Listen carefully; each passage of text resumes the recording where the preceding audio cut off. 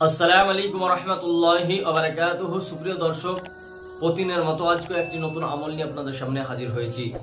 আজকে আপনাদেরকে জানাবো যে শুধুমাত্র একটি নকশা যদি আপনি লিখেন, আপনার শত্রু যতটাই আপনার কঠিন হোক না কেন, সে শত্রু আপনার বিনাশ হবে, তার ধ্বংস হবে, সে আপনার দমন হবে। কোন রকম ভাবে আপনার ক্ষতি করা তো দূরের কথা, ক্ষতি করার ভাবনাও তার মনে আসবে না। সে আপনার সম্পূর্ণভাবে দুর্বল হয়ে যাবে, সম্পূর্ণভাবে তার বিনাশ হয়ে যাবে। আমাদের সমাজে অনেক এমন মানুষ আছে যারা সব সময় আপনার ক্ষতি করার চেষ্টা করে। আপনার যদি কেউ ভালো খায়, ভালো পরে, বা যদি কারো উন্নতি দেখে, তো তারা তার ক্ষতি করার চেষ্টা করে। তাকে কিভাবে দুর্বল করবে, কিভাবে তাকে পিছনে ফেলবে, এই নিয়ে তারা ব্যতিব্যস্ত থাকে। এবং শুধু তাই নয়, মানুষের অনেক বড় ক্ষতি করে দেয় এবং এমনকি তার মানুষকে আপনার মেরেও ফেলে, এরকম করে ফেলে। অনেক বান শান বা আপনার জাদু মন্ত্র করে মানুষকে অনেকটা বিপদে ফেলে দেয়। তো এইসব শত্রু থেকে আপনি কিভাবে বাঁচবেন?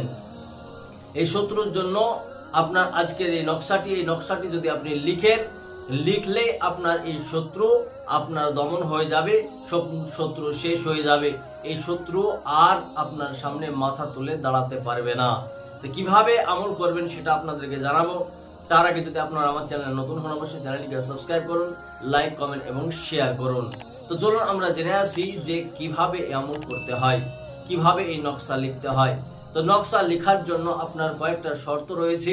এই শর্তগুলো আপনাকে মানতেই হবে।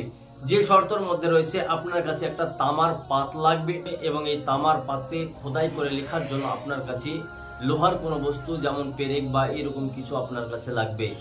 এবং আপনার যে দিন হবে সেটা মঙ্গলবার হতে হবে এবং এই মঙ্গলবারে আপনাকে আমল করতে হবে বা নকশা লিখতে হবে। তো কিভাবে লিখবেন?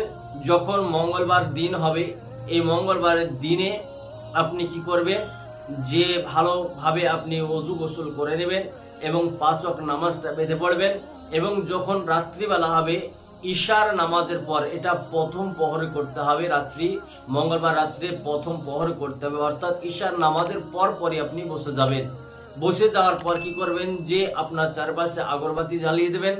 জ্বালিয়ে দেওয়ার পর যে আপনার যে তামার পাত রয়েছে, এই তামার পাতে আপনি খোদাই করে এই যে নকশা আপনি দেখতে পাচ্ছেন, এই নকশাটি আপনি লিখবেন।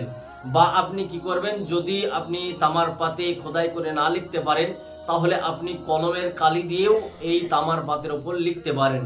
তো যেরকম ভাবে আপনার নকশা দেওয়া আছে হুবহু আপনি সেরকম লিখবেন। লেখার পর কি করবেন, যে এই যে আপনার নকশা তৈরি হয়ে গেল, এই নকশাটা আপনাকে কি করতে হবে, কোনো অন্ধকার কুয়ো বা আপনার এইরকম জায়গায় আপনাকে এটা রেখে আসতে হবে। আপনারা দেখবেন যে আগেকার পুরনো যে কুয়ো রয়েছে, সেই কুয়োর মধ্যে আপনি এটা ফেলে দিবেন। তো দেখবেন আপনার শত্রু আপনার শত্রুতা করা তো ছেড়েই দিয়েছে, সে আপনার নিজের ক্ষতি কিভাবে সামলাবে সেই নিয়ে ব্যতিব্যস্ত হয়ে থাকবে, সে ধ্বংস হয়ে যাবে। এবং আরেকটা আপনাকে আমল করতে হবে, যে আদ-দররু, যেটা আপনার স্ক্রিনে দেখতে পাচ্ছেন, এইটাকে আপনার কি করতে হবে, 60 বার আপনার কোনো খাবারের উপর দম করে তাকে খাওয়াতে হবে। যদি সেটা সম্ভব না হয়, তাহলে আপনি 60 বার কোনো কাগজে লিখে তার বাড়ির আপনার কোনো জায়গায় এটা পুঁতে দিয়ে আসবেন। সেটাও যদি সম্ভব না হয়, তাহলে এটা কি করবেন, কোনো চিনির আপনার পাত্রে, অর্থাৎ চিনেমাটির যে পাত্র রয়েছে সেখানে লিখে সেটাকে ধুয়ে আপনার তার বাড়ির দেওয়ালে ছিটিয়ে দিয়ে আসবেন। তাহলে দেখবেন যে আপনার কয়েকদিনের মধ্যে আপনার শত্রু চিরতরে ধ্বংস হয়ে গেছে, দমন হয়ে গেছে, বিনাশ হয়ে গেছে। এইভাবে আপনি আমল করে আপনার শত্রুকে অনায়াসে আপনি জব্দ করতে পারবেন। তো অবশ্যই আপনাদের জন্য ভিডিওটি হেল্পফুল ছিল। আপনারা অবশ্যই লাইক, কমেন্ট, শেয়ার করবেন এবং যারা আমার চ্যানেলে নতুন, অবশ্যই আপনারা এইরকম ভিডিও পাওয়ার জন্য চ্যানেলটিকে সাবস্ক্রাইব করবেন। তো আজকের মতো এখানে দেখা হচ্ছে অন্য একটি ভিডিও নিয়ে। আসসালামু আলাইকুম ওয়া রাহমাতুল্লাহি ওয়া বারাকাতুহু।